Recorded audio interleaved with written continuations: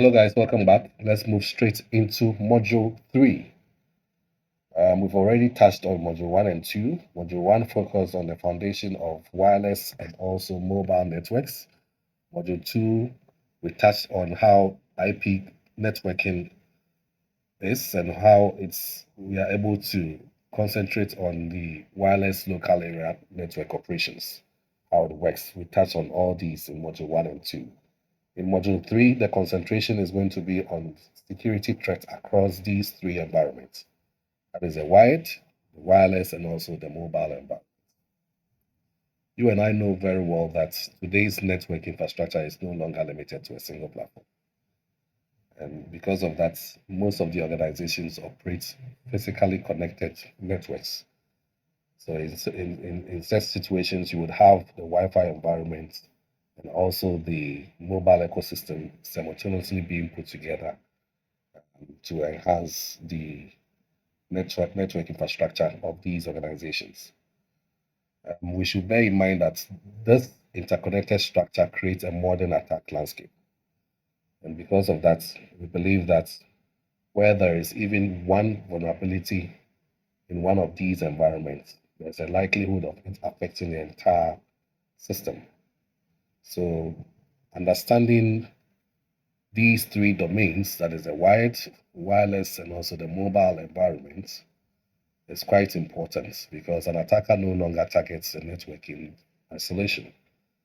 They always exploit the connection between these networks, that is the wired, wireless, and also the mobile. So, in this lecture, our goal is to understand how these environments contribute to the overall security risk landscape. And in doing that, we need to know the overview of the entire module 2 as well. Now, in this module, we will examine the security realities of the modern network environment. Organizations today operate across wired, wireless infrastructure and also mobile devices at the same time. And as I was saying earlier, you know, each of these have their own strength. And each of these, again, also have their own limitations in terms of security threats. And as I spoke about, most of these attackers do not limit themselves to just one domain. Once they are able to compromise even one of these areas, which is the wired or wireless, they find a way to exploit the other the weakest link that's all within these environments to exploit. So we're going to study the offensive techniques, how we can strengthen our defense thinking, and also develop a more strategic security mindset. And all these will be concentrated solely on this particular module. So what you'll be learning, so in this module, you'll gain these four key competencies. The first, in the first instance, we will understand the modern threat landscape. And usually when we talk about the modern threat landscape, we try to recognize today's security environment and the expanding attacks that surfaces across these three layers. We're talking about the wired, wireless, and also the mobile system. Now, when we move on to the second approach, which is the second on it, we would also find a way to explore the practical attack techniques that exist. Now, concentration will be in the wireless and also mobile environment. We will try to understand how real-world exploitations occur. Then we'll move straight into the third, which is going to be on the application of the CIA Triad. This is a very good principle that every cybersecurity person needs to have on their fingertips. So C stands for confidentiality, I for integrity, A for availability. We're going to touch on each of them and how it relates to the wireless environment. We will do so by reinforcing some foundational security concepts in practical context. Of course, after all these, there's a lab, which is going to be the lab 3, that I would want you to work on and also upload as you have been doing so far. Now, finally, we'll move straight into how you will learn these threat modeling. And we do so by developing the ability to think like a hacker or an attacker through the structured analysis in order to design strong defense system for your network. So quickly, these will be the things that we'll be delving in today's lecture. These four key competency: the threat landscape, practical attacks, CIA Triad, and finally the threat modeling. Now, I've been talking about threats over and over again. Let me move straight to give you some explanation or some knowledge about what threats are. Some of you already have this knowledge, but just by way of recap, I would want to hit on each one of them. So, by definition, we can say a threat is formally defined as any circumstance or event that can exploit a vulnerability and cause damage to an asset. So, as you can see over here, so any form of circumstance or event that can exploit a vulnerability and cause damage to an asset, we call it as a threat. In simple terms, we can also say that a threat represents potential source of harm to a system. And the system could be the network or even data. So any sort of potential source of harm to our network environment, to our systems, or to our data, we classify it as a threat. And it's also very important to note over here that to distinguish between a threat, we need to find a way to distinguish between threats and also vulnerabilities. These are two different things. When we talk of vulnerabilities, they are the weakness within a system. When we talk of threats, they are the actors or events that take advantage of those weaknesses.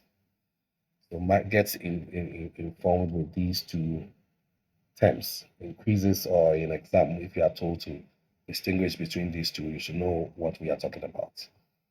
Threats in itself are the actors or the events that take advantage of the weakness, those weaknesses that within a system. Vulnerabilities are the weaknesses that are found within a system. So once there is a weakness or a vulnerability, that is where threat comes in. So in this case, it becomes an event that will take advantage of those weaknesses. So please try and understand this. When you have the understanding of this distinction, then we can say that security is not just about identifying weaknesses. It's about recognizing what can be exploited and the potential impact that may follow right after seeing those weaknesses or vulnerabilities. Right, so that is the definition or the clear distinction between these two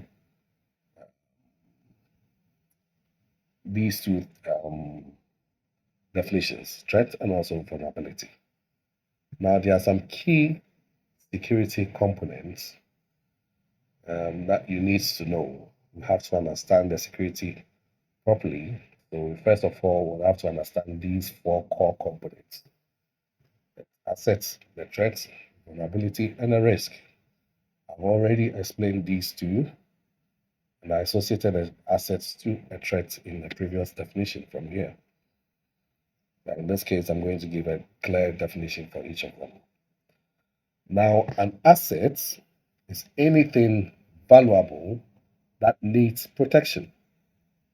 So if you think of an asset, anything that you think you need to protect is your asset. So in computer terms or in cyber security network related stuff, we can concentrate on these as assets. It could be data, it could be devices, it could be users, it could be services, and it could be network resource. Mind you, network resources are virtually anything that it will be shared among the nodes on the network. Now, that is an asset. Anything that is valuable that needs to be protected. Now, a threat in itself is anything capable of causing harm. So this may be an attacker, malware, a natural disaster, or even an insider attack. Those are what we call threats. So they are anything capable of causing harm. Now we move on to the next on the on the components, on the four components, and that is vulnerability. It is a weakness that can be exploited. It's a weakness that can be exploited. And in terms of example, this could be a misconfiguration, an outdated software, or a weak password. So, for instance, those of you who have knowledge in, let's say, WordPress, if I taught you in first year, I'm sure I might have taught you WordPress. WordPress is an open source system being developed by a huge community. So day in, day out, there are different releases of these of patches to this WordPress software or firmware, software um, or package. There are a lot of people behind the scene that's put together the WordPress open source application. Now, because a lot of people use it as well, we also have hackers taking advantage of this and making sure that they, just a minute. Right, so on the third one is the vulnerability as I talked about. So the concentration is on the misconfiguration. I gave an example of the WordPress. So because a lot of people are using it, these people, attackers or hackers, see the vulnerability in there and try to exploit it. So they keep releasing patches and also versions. So these are very key things that needs to be done to mitigate the issue relating to vulnerability in such systems. Finally, is what we call the risk. So when you hear of the risk, think of it as a combination of the likelihood and the impact. And in this situation, it represents the probability that a threat will exploit a vulnerability and cause harm to an asset. So risk in itself is a combination of the likelihood and impact. And it represents the probability that a threat would exploit a vulnerability and also cause harm to the asset, which is a valuable thing. That's it could be data, it could be device users, and so on. In all these, security management is essential about identifying the assets, understanding the threats, minimizing the vulnerability, and also reducing the overall risks. That might be dangerous or hazardous to any of the asset that we do have.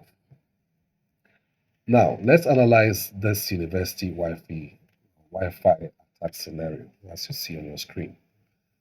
So first, we identify the asset.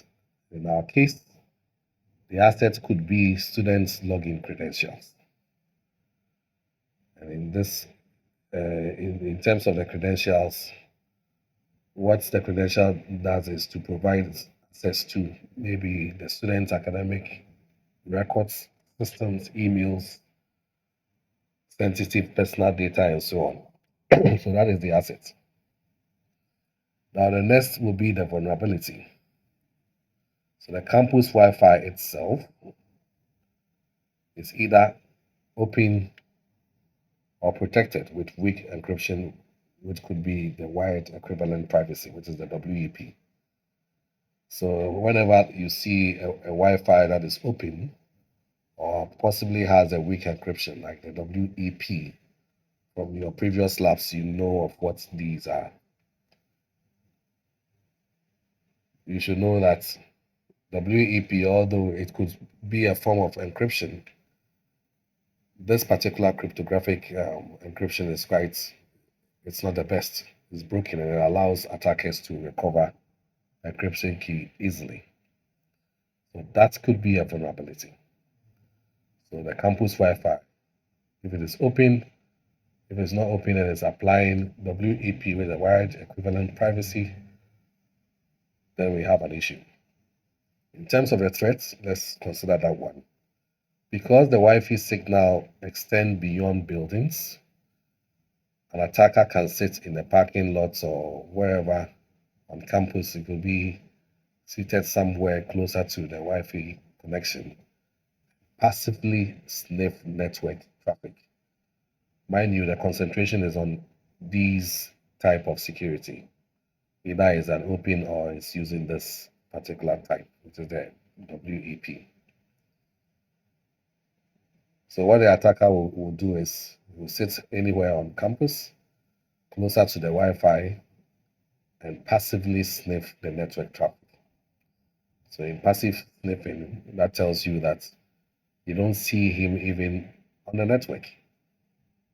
So if the traffic is unencrypted or poorly encrypted, it is likely the credentials can be captured when you use any of these two. Of course, when you use WPA, there's also a likelihood of it being, sniffed. Of course, it will take a little while. Now let's think of the final one, which is the risk.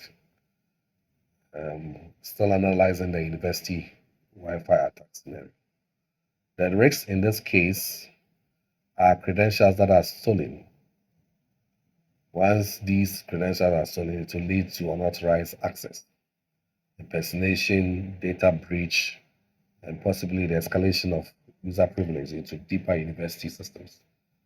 So once the attacker is able to sniff these information passively on the network, then he can impersonate an individual. The attacker could be a student, impersonate a lecturer, and have access to certain document that he's not supposed to have access to, or possibly go on to this maybe university examination system and give himself certain privileges that they as a student you might not be able to have set privileges. Now in all these scenarios, there is the key thing to take away is wireless networks usually extend the attack interface beyond the physical walls. If it is wired, the student would have to connect directly to, or the attacker would have to connect directly to the switch or any ports that is available in the room. Because we give access to students via wirelessly, that should tell you how vulnerable things are, because the broadcasting is done using radio frequency. So wireless network will find a way to extend the regular wired network. And because of the extension, if it's most of the things are not being protected well, for example, when we have weak encryption and also the credential-based authentication is so weak, it can create a high impact risk over here. So this scenario is quite key when we think of how attackers will be able to infiltrate our network. Now let's examine these three network environments. I've already spoken about each one of them. So each of these environments will present its own distinct attack surface and also unique security challenges. The technologies, the communication methods, the user behavior for each of these network environments will differ across each other. And this tells us that the type of a threat and defense strategies will also be different from each of these three environments. I'm talking about the wired, wireless, and also the mobile. So when we have full understanding of these differences, it will make it very easy for us to know what the attacker will be doing on our network, the technique that they are going to use to exploit these environments. So effective security require us recognizing how each network environment expands and the overall attack interface that each of them will fall under. Let's think of each one of them. The first that I want us to talk about is the wired network threats. Sometimes we normally would say that um, network security, there is some sort of misconception when we think of the wired network being inherently safer than the wireless network. Sometimes we think that when you use the cable is the best, you are safer. But when you are on a wireless network, then you are more vulnerable. No, that is not the case. So this is one common misconception in network security that needs to be addressed. So as I'm saying, that many people will always assume that the wired network inherently safer, but they are not. The kind of security that needs to go into wireless network, we need to figure out a way to also secure the wired counterpart in terms of the network environment too. So this belief creates a dangerous false sense of security. So whilst we say wireless expands the attack surface beyond the walls, wired network are far from immunity if it comes to attack. So let me give a simple scenario. If an attacker gains a physical access to a network port inside a building, for instance, they can directly connect to the internal network. That immediately bypasses the perimeter defense that we have. So you can have somebody so confident walking into an environment, getting seated in the lounge and just finding a way to secure a wall jack to get a cable connected to it. Once that happens, there's a possibility this individual can infiltrate the network. So we might also have to find a way to consider insider threats. Most times, a malicious employee who already has access to a trust uh, connection or a trusted boundary can find a way to launch an attack that would often be so hard to detect. You know, so these things are quite key. So technically, when we think of the wired network, it also has vulnerability, and this could be first vulnerabilities can be maybe the app poison, where we have the attacker manipulating the ARP or app table to intercept traffic, enabling man in the middle attack to happen on that particular network. So this misconception in network security is very key. The fact that you use a wired connection doesn't mean your network can never be infiltrated. It can be infiltrated. There's one other thing that I would want you to also bear in mind, that malware can also propagate virtually across any poor segmented network. If your network is not so segmented properly, with a flat network, there's a high probability that a malware will be able to, inject certain packets to steal network resources to the person deploying that.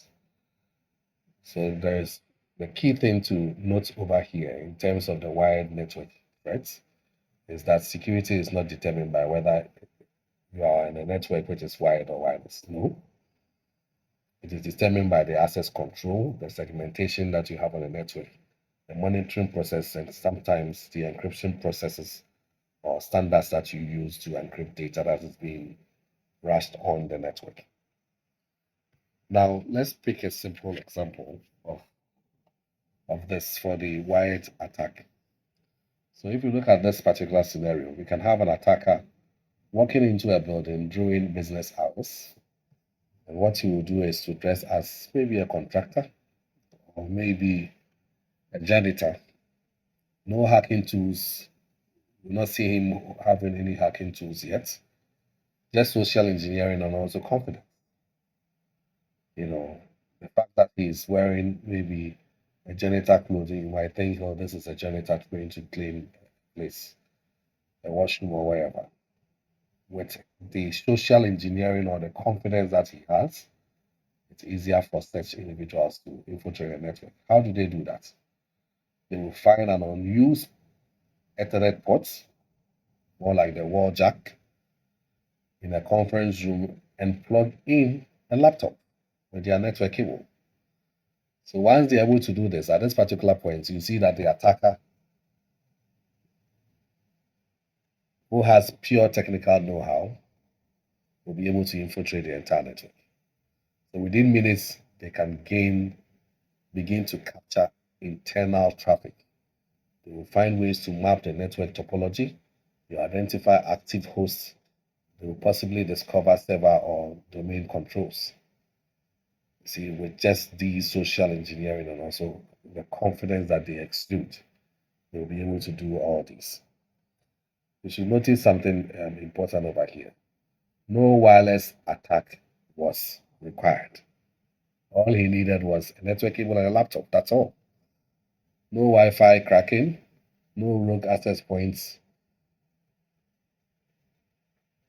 and importantly, no wireless intrusion detection system would be able to detect this.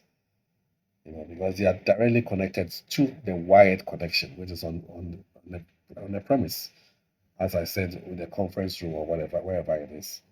Because of this, the attack is happening on the wired network, internal network. They're able to do all these things.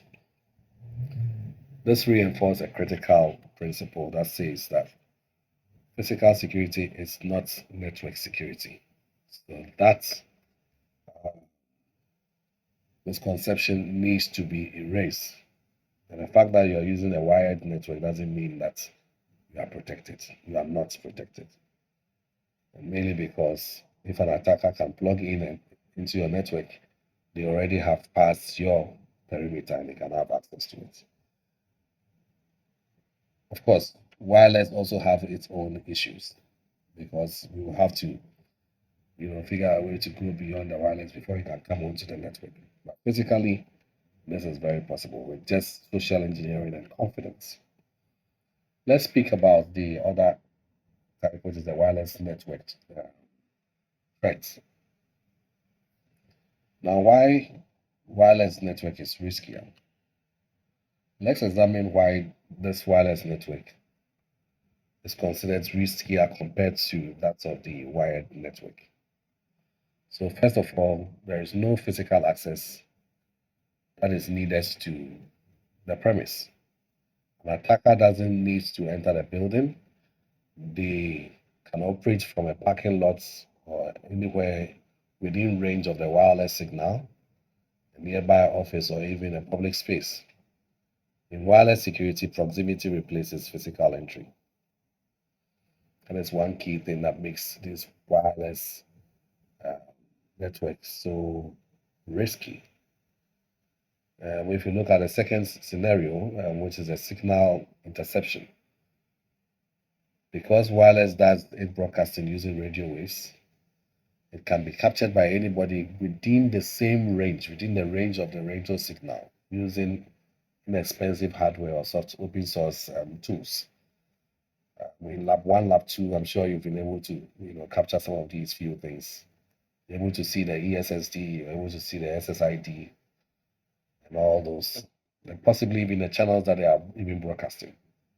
So in this case, the communication medium is shared and inherently exposed to everybody that is within range. The third, which is the widespread misconfiguration. That's one key thing that we should be mindful of. So many of these production networks still operate with default setting, weak passwords, or outdated encryption, and so on and so forth. In situations like this, security features often stem from poor configuration rather than the sophisticated attacks. Sometimes some of the wireless devices that's being set up, we fail to, you know, change the password when we first have them. So if a hacker has a way to wants to see if you've protected your router or your access point or whatever it is, all he needs to do is to now figure out the IP address of the router, know the type of router that is you running on your network, then figure out from Google the default login details. He tries it. If you have not changed it, then he has full control over your system. That is also possible. Finally, let's talk about the automatic device connection. So devices are designed for convenience. They automatically reconnect to any known SSID. This enables attacks such as evil twin access points and also rogue hotspots, where the attacker would impersonate legitimate network using any of these approaches. So the core issue here is that wireless would always prioritize mobility and convenience. And every layer of convenience introduce a potential security exposure. You know, of course, if I have my laptop and I'm able to move from one point to the other within range without having to drag a wire from one point to the other, I definitely would love to have, this mobility and convenience as the best option to use. But of course, each of these would also introduce new type of attack, making the wireless environment more insecure. Yeah. Now let's move on to the mobile network threats. Of course, we are talking about these three: the wired, the wireless, and the mobile network threats. So mobile devices significantly expand the attack surface. How is that so? It's because they are able to combine wireless connectivity with portability and also personal ownership. So unlike the traditional desktop, these devices are always connected, either through cellular network or Wi-Fi, which means that they are constantly exposed. If you are using the mobile network, connectivity, once you hook onto it and you have data, then you are always exposed because you are using a cellular network. One major risk factor is continuous connectivity. The mobile device rarely disconnects because once it's connected to the mobile network, hardly will it disconnect unless the mobile network goes down. And because of the continuous connectivity, there is an increase in exposure window. So if by mistake an attacker or an adversary gets access to a mobile phone and you have enough data, because of your continuous connectivity, if he wants to exploit your things on your phone or whatever, they will have continuous access to your device. That is quite risky. The second option is the BYOD, which is bring your own device policies. What they do is they blur out the corporate boundaries. So in this case, we can have, I think we have some of our students projects in this particular area. So in such situations, when the employee uses their personal devices for work, organization data they coexist with their personal apps and also trusted environments. I think in their projects, devices that are being brought onto a network, they want to figure out if the apps that are being run on such devices are legitimate to be running, if any of these would are vulnerable to infiltrate the network. So in situations where we have these BYOD policies for these organizations, if they are not set properly, and people bring their own devices, such apps that are vulnerable, there's a high probability of, um, you know, such vulnerable apps, finding a way to um, bring viruses onto the network. The third, which is the third party application, also does introduce some sort of risk. In such situations, you see apps from various sources being able to request excessive permission. And sometimes you have an app, it's requesting for microphone, it's requesting for, what do you call it, your camera. And some of these permissions are not really legitimate for the type of app that is requesting for such permissions. Sometimes they contain vulnerability or even embed malicious codes. So that is one key risk factor with mobile network threats too as well. We can also have another one, which is the mobile device frequency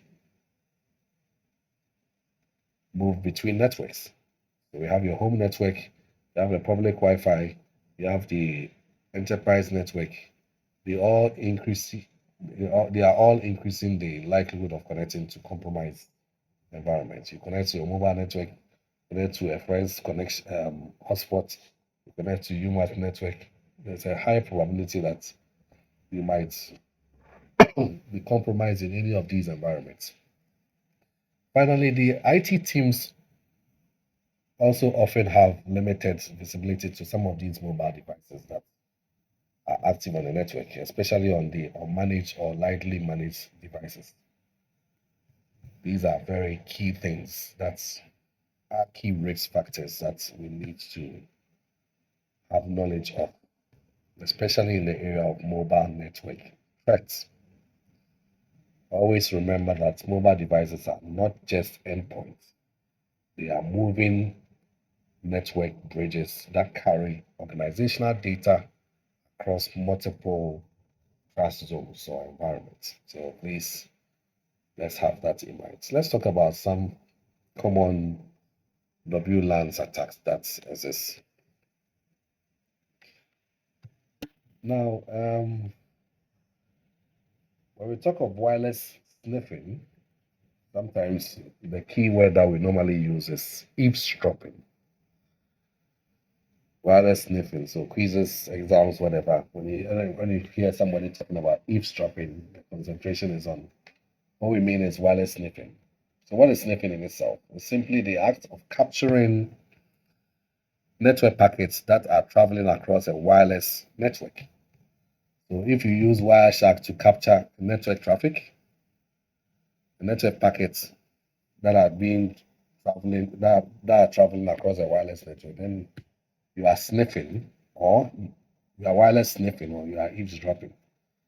So, unlike the wired equivalent or the wired network, where we have the attacker having access to maybe a wall jack to plug in a cable or into a switch, wireless connection or communication would have to travel through the air. And because of that, anyone within the signal range can potentially capture the packets that are being transferred over the wireless medium without physically connecting to any of the networks. So the process usually happens in three main steps, and these are what has been outlined in here. So let me pick each one of the steps. If we pick the first one, the attacker will enable a monitor mode on the wireless card. Mind you, it's not every wireless card that will be able to do this capturing of stuff. There are specific wireless cards that um, you might have to purchase.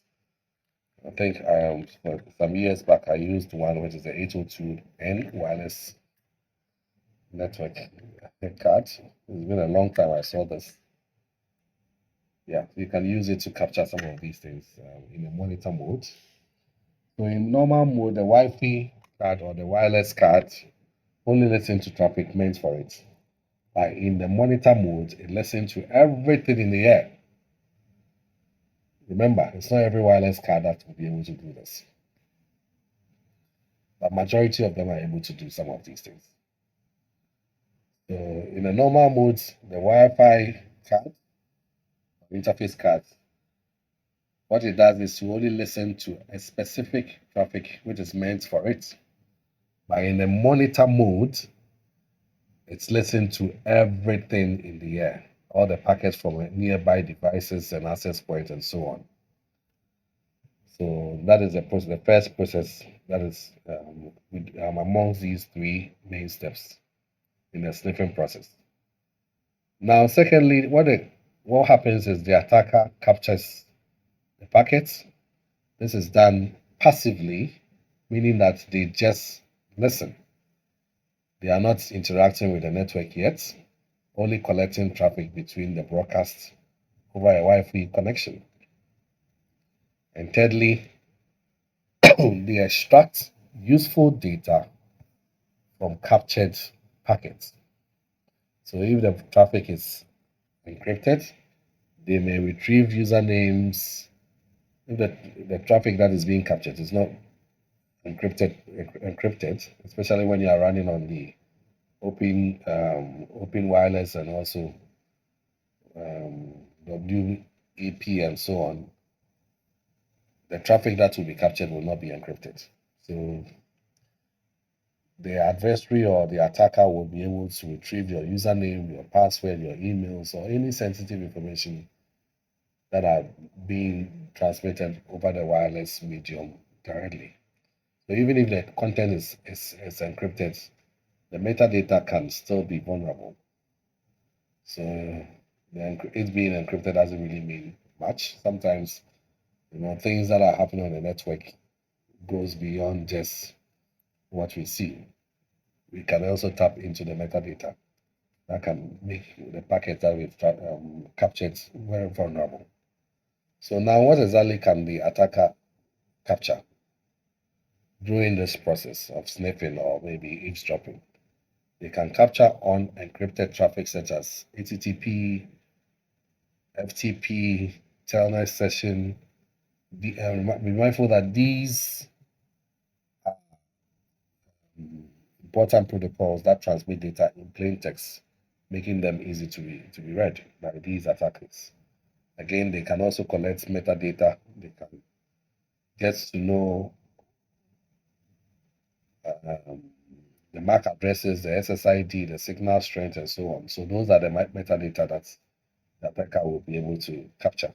The information here would help the attacker map the network and identify targets. Some of these things you already have that you've done that in lab, I think lab 2. So you should be in the known of some of these metadata that you've captured over time. The BSSID also tells you some of the SSID of the wireless device that is within range that you are attacking.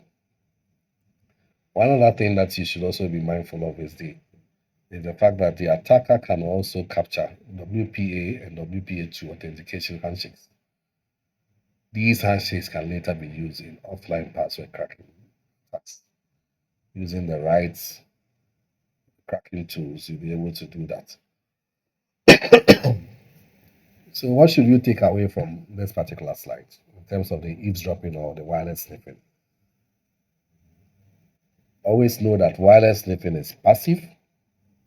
It being passive, right, it's just that they just connect and stay there. They don't do anything. They are not active. It's difficult to detect and are highly effective when encryption is weak or absent. So this is why we need to always find a way to get strong encryption and secure protocols that will make it so difficult for these attackers to sniff our packets or get access to our data or network traffic in the wireless environment. This is one key thing that we always have to do. So all these things that I've explained, if we should put it in a scenario, a real world scenario, what we call the coffee shop attack, as you see, these are the processes that the attacker will go through to be able to get access to your data.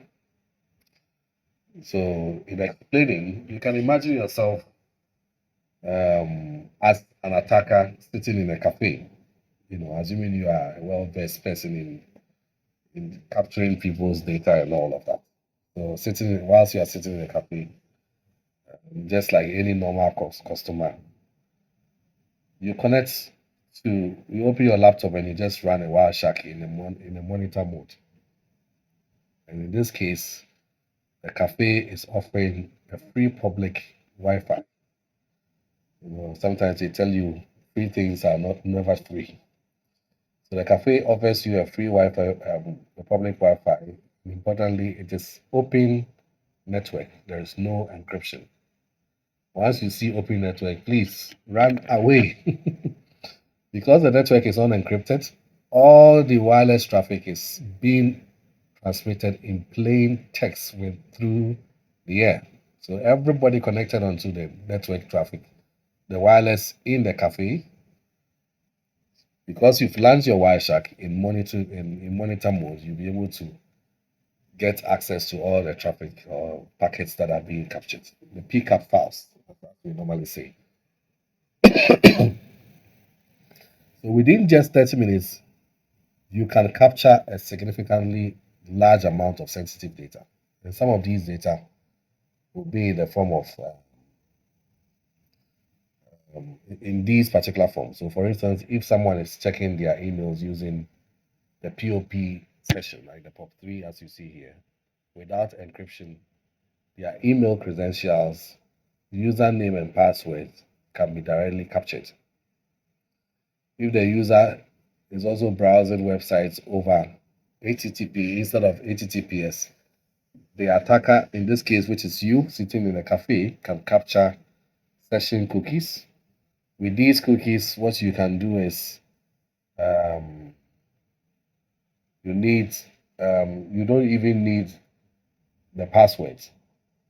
They can hijack the active session and also impersonate the victim. One other thing that, as an attacker seated in the coffee room, you can also get is any file transfer or chat message sent without encryption can also be read in clear text. So now let's figure a way to focus on the impact. This particular approach will lead to password theft, session hijacking, and major privacy violation. And that is one of the most dangerous parts of this. So the victim have one of the most dangerous aspect of all these is that the victim that you have captured their traffic have absolutely no idea that whatever you are doing, no idea of what you've done, picking up their files and email passwords and so on and so forth. And all these things happen mainly because the attack is in passive mode and it's invisible. So they don't see what is happening. It's just the Wireshark picking up all these details in monitoring mode for you. One key thing that you also have to bear in mind here is open Wi-Fi network without encryption creates an environment where anybody can eavesdrop your network, your packets, because it is easy, it is fast, and it's highly damaging. So if you go into you're traveling and you go into a coffee shop and it has these open free Wi-Fi on campus together with the ones in hotels and so on, please, it's not really free. I think on campus, some of you might have realized some few other things. In your lab sessions, I would want you to point out some of these things in the lab assignment that I will give you. Right, rogue access points. So we've talked about sniffing or wireless sniffing or eavesdropping. Let's talk about rogue access points. So a rogue access point is any wireless access point that is either unauthorized or malicious. How is that possible? It may be secretly connected to an organization network without IT's approval, or it may pretend to be a legitimate network in order to deceive users. So, for instance, um, a student can have access to a particular port in the library, in the UMaths library or maybe an experts library, connect a cable to it, has internet access, now launch his um, mobile hotspots, wireless hotspots on his computer. Have an SSID that is possibly saying experts library Wi-Fi or UMaths library Wi-Fi in an open environment. He can do that. Once he does that, people get connected to it. Indeed, all these individuals they will have internet access. They will think expert Wi-Fi is a legitimate access point. Meanwhile, it's somebody who has just deployed this SSID just to capture packets from people, get access to people's data. So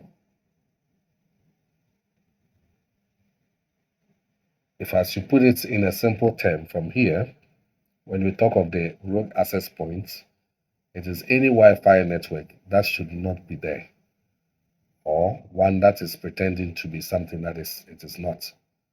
So the example I gave is what people usually do. There are three main types of rogue access points. These are the three: the evil twin, the unauthorized AP, and also the honeypot AP. Let's talk about each one of them. Let's pick the first one, which is the evil twin. So this is a fake access point that copies the same name in terms of the SSID of a legitimate network. For example, if a real network is called, let's say, campus Wi-Fi, the attacker creates another access point with the same name called campus Wi-Fi.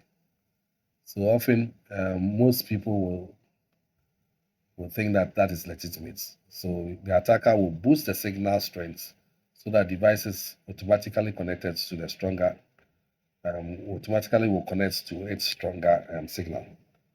So it's a smart move. Wi-Fi evil twin, the attacker set up the same access point with the same SSID. You figure a way to boost the Wi-Fi signal. Of course, usually the signal that is very fast are the ones that are being ranked and they are easily connected to. So once the anybody gets connected to it, all the victim traffic passes through the attackers. That is how the evil twin works. Now let's pick the second one, which is the unauthorized access points. It's also another type of rogue access points. So this is not just created by the attacker or the adversary. Sometimes we can have an employee installing a personal router in the office for convenience, like what I have done in my office without informing the IT team. I'm sure they will come and beat me. So even though the intention may not be malicious, I don't have that intention. It creates a serious security gap between, um, on the investing network. Why is that so? It's because I'm bypassing organizational security controls. Let me go over it again. As I'm saying, for the unauthorized access points, usually it's not. You can have an employee installing a personal router in the office for for convenience. I don't want to be connecting. I have, let's say, four different devices in my office. I want to get access to the internet all at once.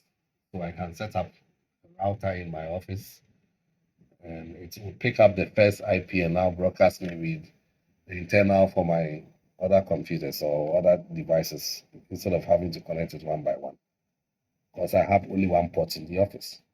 So even though the intention may not be malicious, it creates serious security gap because it bypasses the organizational security controls. So that is unauthorized access point. It is my access point or router. And of course, it is not authorized to be on a network. The final one, which is the third, we call it the honeypot access point. In fact, increases and so, if we are told to give the types, you should know what each of them stand for. The third, which is the honeypot access point. Sorry. We normally will set up this intentionally to look for it to look very attractive. So honeypots. I've seen some other projects guys working on honeypots. Honeypots are very juicy. So this is intentionally set up to look very attractive or juicy. So an example could be free public Wi-Fi. With, that is the SSID of the access points for this particular honeypot access points. The purpose for this particular access point is to lure users or even attackers or hackers so that they can be their behavior and traffic can be monitored. So in some of these cases, security teams also use honeypots to research and also figure out the threat detections. So security teams will use the honeypots to see people are more interested in, what they are doing on networks. It's just like how the regular honeypots work. So they are deliberately attractive network designed to lure and monitor attackers. Right. So always have this in mind that rogue access point undermine network security by bypassing trust mechanism and also creating invisible entry points into the network. It's not the best, you know. Evil twin attack examples are what has been outlined over here. Let's go over each one of them. There's a practical example for evil twin. Let's break this attack into three simple stages. We have the setup, the connection, and also the interception. So if we pick the first phase, which is the setup phase, what happens over here is that the attacker creates a fake Wi-Fi network name, something very convincing. As I said, campus Wi-Fi free near a university building. So they use this portable equipment. It can even be a laptop or even a small wireless device. The goal here is to be able to make the network name look legitimate and also trustworthy. Evil twin, I've spoken about it over here. It's just about the same thing. So the second connection phase is the second on the list is the connection phase. This is what happens. You'll see a student who is familiar with the SSID because there could be a similar one on campus. These students will see this SSID appear in the available Wi-Fi list. And because the name resembles some of the wireless names on campus, they assume it is real. Many of these devices are configured to automatically connect to any known or open networks. So most of these users may connect without even thinking twice. That is a connection phase of the evil twin attack. And finally, the interception phase. This is where we have um, the traffic flow through the attacker's device while the students connect. All of these traffic goes through the attacker's device. At this point, what you will realize is the attacker is able to position himself as man in the middle. They can capture login credentials. They can monitor browsing activities, manipulate traffic, or even inject malicious content such as the malware. The most important lesson to pick from here is that attack exploits user trust and automatic connection behavior. Evil twin attack is not good at all. All it does is to exploit user trust and automatic connection behavior. So users cannot be able to distinguish between the legitimate and also malicious network based on the SSID alone. It is not enough. So in wireless security, names can be copied easily.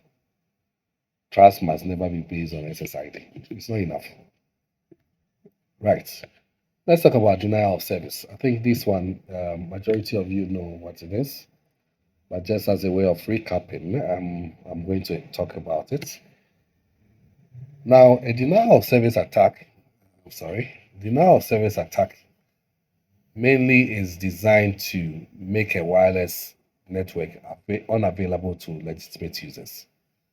So let's pick an example. Those of you who have used AB, if you have used ZAMP or AMP or WAMP or LAMP or whatever, there is a package called AB mod. It's a module that you can use to test how many people can have access to your website. I remember the first time I ran the VLE, when students were trying to take quizzes and the rest, it always crashed. I realized when students, over 1,000 students get onto the VLE, it's unable to, handle the traffic. So it was crashing all the time. So this module, as the AB module, if you go into the exam somewhere inside the Apache, you can run it um, to test the number of connections, concurrent connections to your server, before you deploy it fully for people to use. So running that particular command, you get to know that about 5,000 people will be able to access your server concurrently. So this approach, using the same tool, you can bombard a website and stop legitimate people from having access to that particular website. Just that tool. It's AB module or something. Yeah, it's been a while I used that particular thing. Of course, there are other approach that you can use to, cause denial of service on people's websites or network. Yeah. All right. So instead of stealing data, what the attacker aims at doing is to stop legitimate people from having access to your websites. So availability is off, assuming students are registering online. The deadline is today, and we run such commands on maybe their websites. We stop all people that are legitimate to have access to their websites. They will not have access to it, and that cause availability, which is part of the CIA triad, being compromised in a way. Right. They either overwhelm the system with excessive traffic or exploit weakness in the wireless protocol itself. So the example I gave can also work in the wireless environment where we have the wireless DOS, denial of service. So in simple terms, network is still there, but users cannot use it.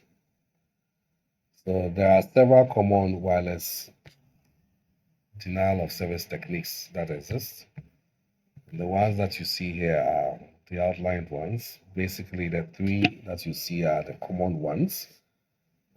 It's important that you get to know each one of them. Let's pick the first one, which is the authentication attack. Sorry. So in Wi-Fi connection or networks, devices constantly exchange management frame to maintain connection. So an attacker can spoof these management frame and send fake de-authentication messages to these clients. So by so doing, the devices will believe that the message is legitimate and immediately disconnects from the access point. This can repeatedly force users offline.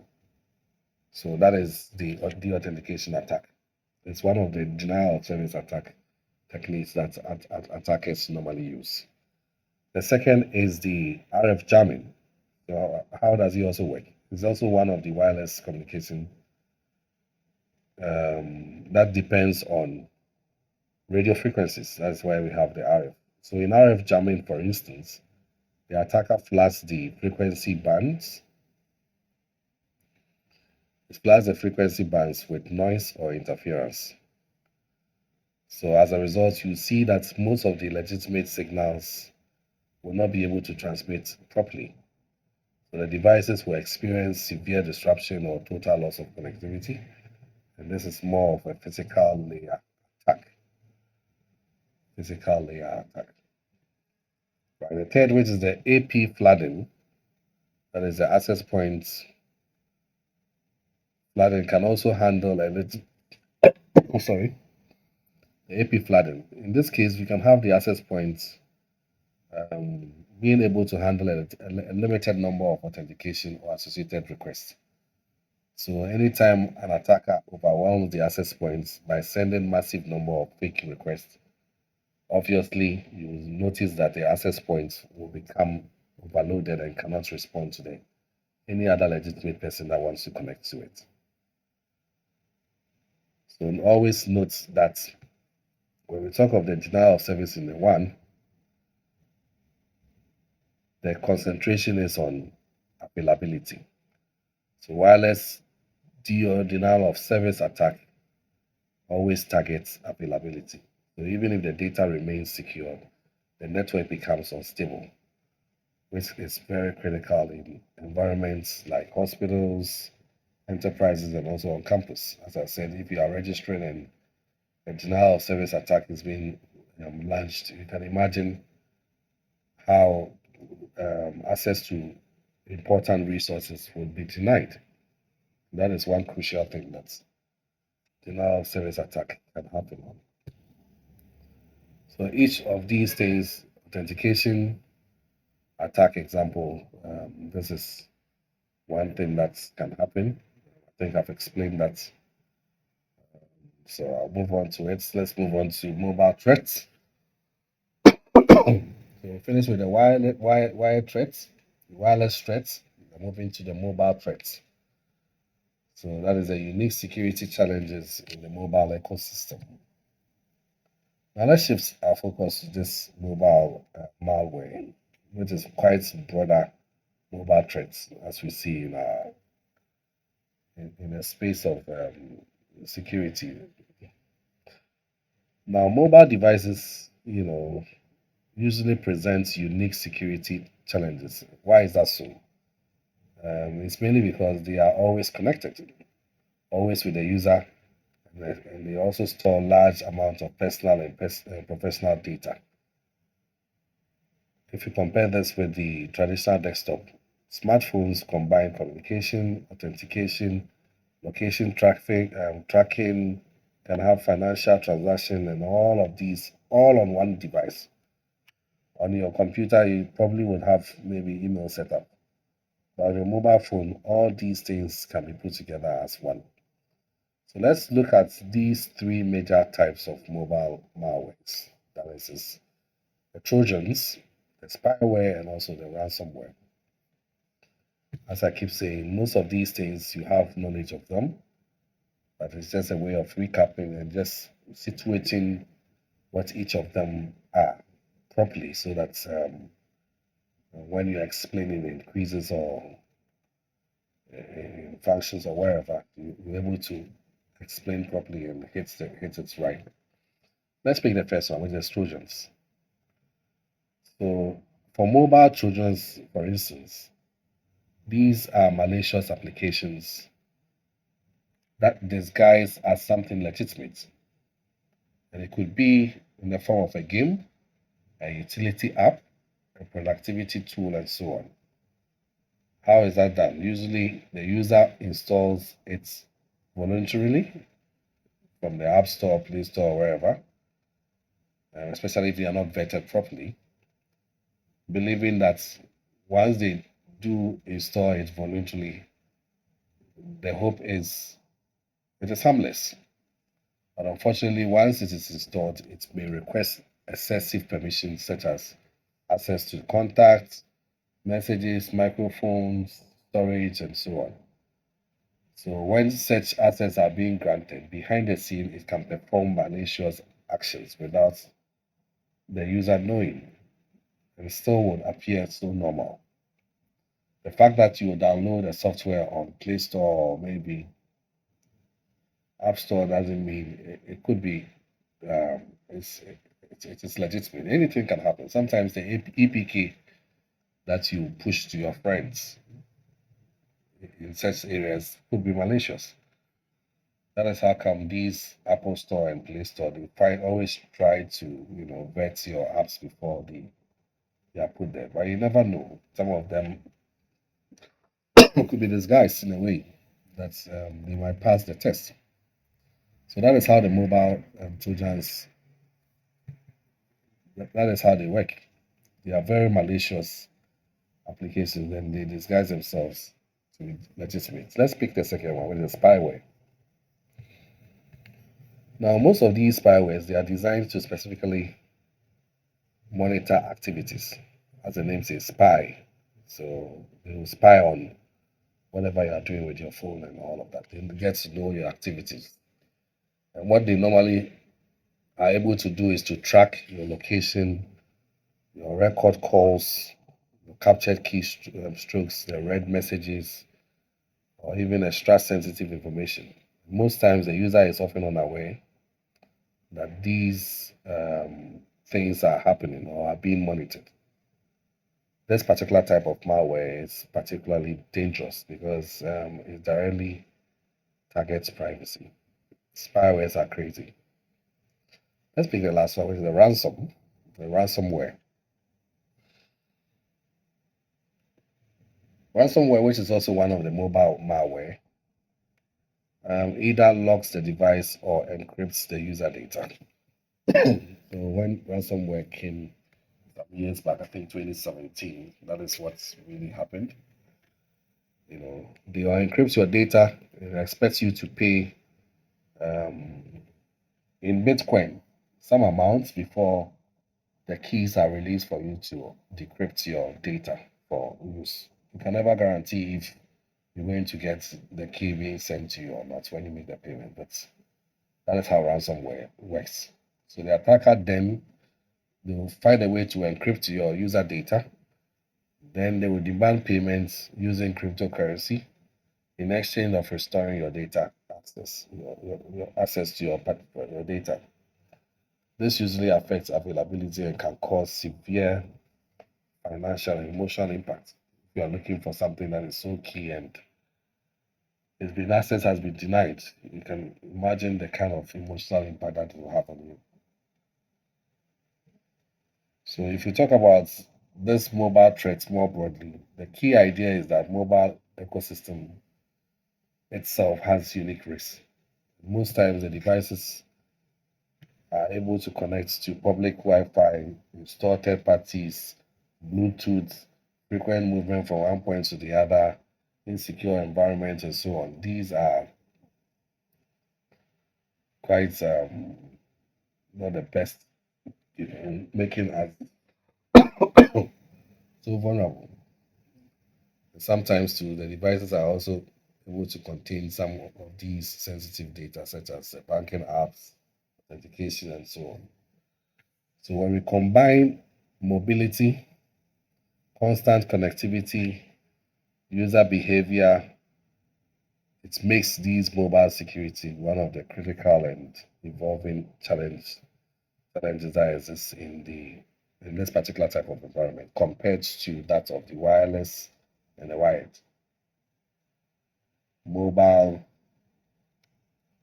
threat is very crazy. All right. Now, this is an example of a suspicious. So from here, you can see that these are some red flags that you should be looking out for. So a simple flashlight app requests access to these. You just download a flashlight app on Play Store or wherever, and it is requesting for your contact. What is a flashlight going to do with your contact and call logs? It's asking for permission for SMS, microphone, camera, and all of that. This should tell you that this particular flashlight app is malicious. So the questions you should be asking is why would the flashlight need these permission? Ideally, it doesn't need all these permissions. And it should once you have this in mind, this will indicate that they have some malicious content intents spy on your data. So that's one key thing that you should be looking out for anytime you install some of these apps that are being placed on Play Stores and App Stores or wherever. Now we can see what we have here is mobile phishing. You know, phishing, as you know, is a way to lure users to be doing things, visiting sites and so on. Now, when we talk of mobile phishing, it's a type of cyber attack that targets people using their particular smartphones. So in this case, you have the attacker using some sort of social engineering, which means that they will try to trick the person into giving any sensitive information like the password, the the bank details, personal details, sometimes even tokens. or codes that are being sent, like WhatsApp and all of those WhatsApp codes and so on. So this particular type of attack works so well on phones. Why is that so? Because on phones, the mobile screens are smaller, so it's harder for some of these users to notice the suspicious details in links to other websites. So most times people who also often use their phones while moving, multitasking and so on are always in a hurry and they just click on things without even checking carefully. That is how come people are able to hack people through this medium, which is a mobile phishing. So there there are different delivery methods that the attacker would deploy to attack the user. The first was a smishing. So smishing is just like phishing, but in the form of a text message. Smish, that's SMS. So smishing. So smishing, which means phishing through SMS messages or text messages. In this case, the victim will receive a message that looks like an urgent or important message asking him or her to click a link. So once he clicks on link, it takes him to somewhere else, legitimate rogue websites. They steal their information and so on. So that is smishing. Phishing through SMS is smishing. The second is the messaging app, like WhatsApp, Telegram. Some of these things we've seen them. So even though all these social media chats, people are using it to hack people, people still get hacked. You get people calling you to tell you that I've sent you a code, tell me the code. And people actually do send their codes. Remember, anything on your phone is yours. It's not for anyone. You are not supposed to give out anything that comes on your phone. It's not for anyone. So we make sure we don't give out things that come get popped up on our phones. And most times you see the attacker will send fake message pretending to be from the bank, delivery company, or even your friend. It could be anybody. The third is the mobile browsers. And in this case, this is what happens. Um, where the links open the mobile browsing, these some of the links will open a fake website which is designed to look real on your phone. It could be Facebook, but a pirated version of Facebook. So these sites may look like a bank or login page that are actually controlled by the hacker. And the moment you enter your login details, you're able to steal your user credentials. So these are all examples of the mobile phishing. So in short, mobile phishing targets smartphone users by tracking them through messages, fake mobile websites, mainly to steal their user information. Spyware, surveillance is also just the same thing. Spyware and surveillance app, as the name says, these are mainly designed to secretly monitor a user activity on their mobile phone. So some of these apps usually will run quietly in the background so that the user will not be able to notice or even realize that they have been installed on their phones. So, these are some of the common um, spyware or surveillance app that exist: key logging, GPS tracking, and call recording. So one common feature is the key logging. So where the app will record every keystroke that a user will type. This will allow the attacker to capture passwords, messages, and also other sensitive information over here. In terms of the GPS tracking, what happens is it will let the spyware monitor the device real-time location and also movement pattern. And some married people would install some of these surveillance app or spyware just to track some of the locations of their partners and so on, which I believe is crazy, you know. And finally, we have some of the spyware also performing call recording. So meaning phone calls, voice messages can be captured without the user's knowledge. So all these apps are often installed through unofficial app stores. Most of the app stores will not give you access to some of these things because they will vet the apps to make sure. But of course, behind the scenes, something can also happen. So, but most times, all these spyware and surveillance apps they are installed from unofficial stores, malicious downloads, social engineering tricks, and also physical access to the device itself. So once they are installed, they will operate silently and can be difficult to detect. Now, this, which we call the CIA triad in wireless security in itself, this is very key. Confidentiality, integrity, and availability. So we look at these three core principles of information security. It's common. We normally would term it as a CIA triad. Sometimes we say AIC triads, but I think the popular one is the CIA triad, where we have the C standing for confidentiality, I for integrity, and finally A for availability. So we pick up first one, confidentiality, as the name says. So this means that the sensitive information should only be accessible to authorized users. So when we think of the wireless network, threats like packet sniffing, weak encryption, or rogue access points can expose data. So to prevent this, what we can do is to control this by using strong encryptions like WPA3, VPNs, and secure authentication methods. And this will help protect sensitive information from reaching out to unauthorized users. Now, when we pick up the second one, which is integrity, what it does is to focus on making sure that the data is not altered or tampered with whilst it's in transit or it's being stored.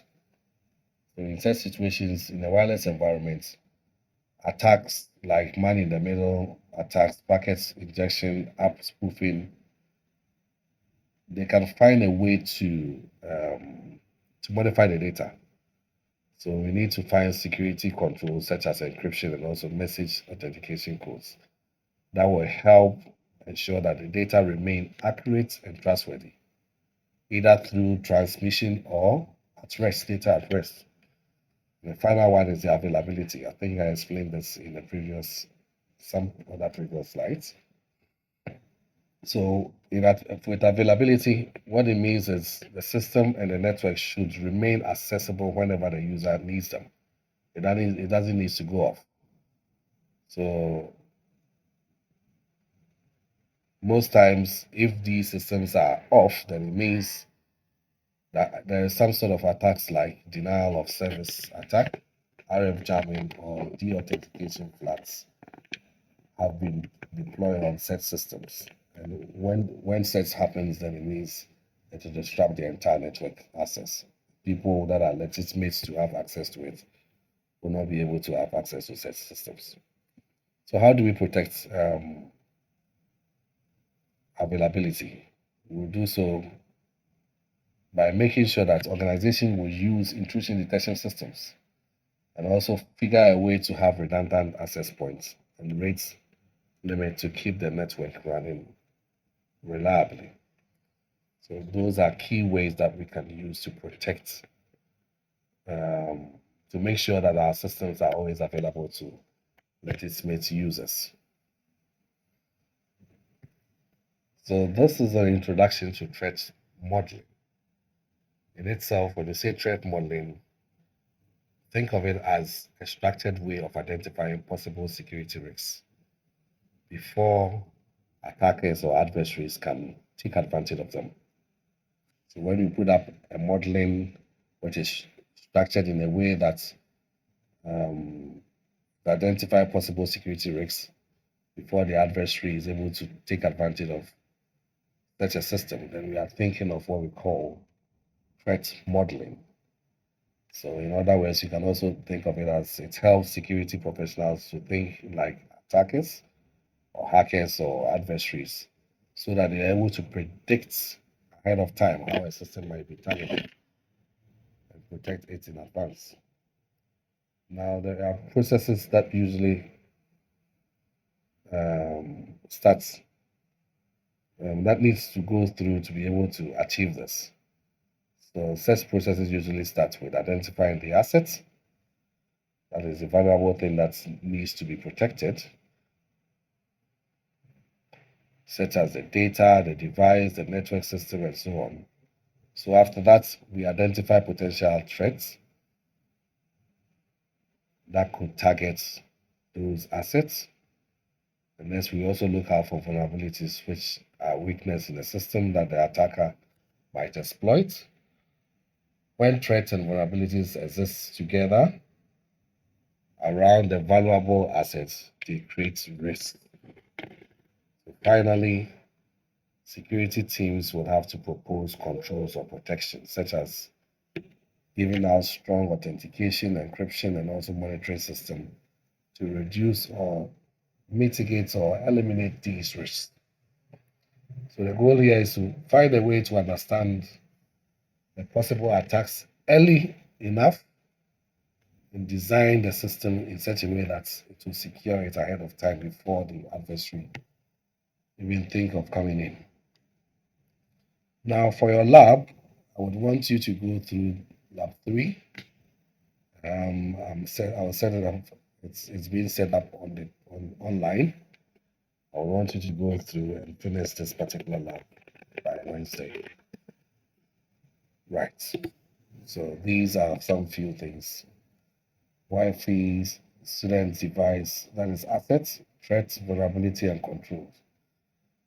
The tools that you're going to use are paper-based modeling for conceptual understanding of the WASP. And finally, this is the entire summary of the lecture 3, which is module 3. We've gone through all these things. We talk about mobile threats. We talk about all these 3 environments: the wired, wireless, and also mobile threats. I've spoken about the CIA threats. I've spoken about each one of them. I've talked about the attack vectors, what each of them are. So make sure you finish up the lab 3, and I'll put up another video for module 4. That will be on what has been outlined. We'll talk about WLAN security mechanism throughout. All right, thank you, and you might have to figure out a time to take up a quiz, but make sure you finish the lab by Wednesday. I'll also put up the module 4 so that you can finish that lab 2 by Friday. All right. Have a good evening.